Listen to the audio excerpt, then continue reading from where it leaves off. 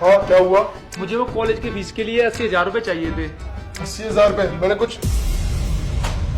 एक सेकंड, यहाँ मैंने गोल्ड रखा था और बहुत सारे पैसे थे, यहाँ से कहाँ गए?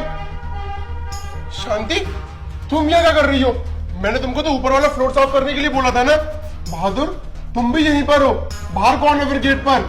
साहब बात ये कि इसके हाथ में आज सुबह लग गई थी ना, तो मैं इसकी मदद करा रहा था।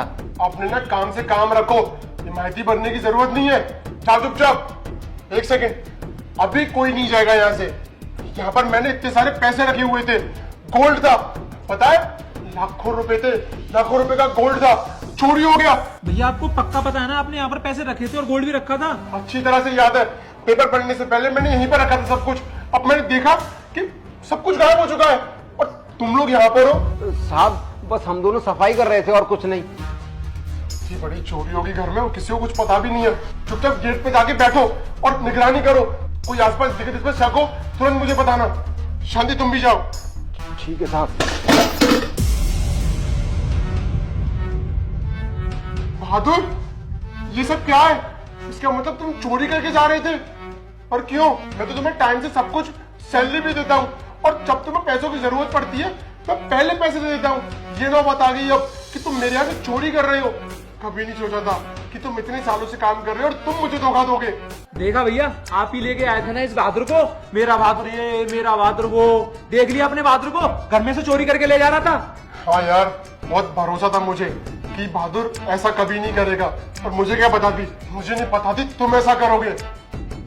एक सेकंड, शांति भी तुम्हारे साथ ही थी, तो इसका मतलब तो ये हुआ ना कि शांति भी चोरी कर रही थी। तुम दोनों का ना छोड़ूंगा नहीं मैं, पुलिस कंप्लेंट करूंगा तुम्हारी।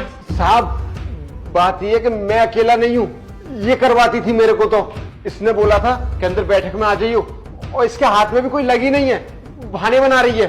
साहब झूठ बोल रहा है, ये खुद फंस गया तो मेरे ऊपर इल्जाम लगा रहा है। छोटे साहब और ये दोनों मिलकर चोरी कराते हैं। मैं तो बस वैसे ही करती जैसा छोटे साहब कहते हैं, मेरी कोई गलती नहीं है इसमें। शांति चुप करो, भैया ये मुझ पे झूठा इल्जाम लगा रही है।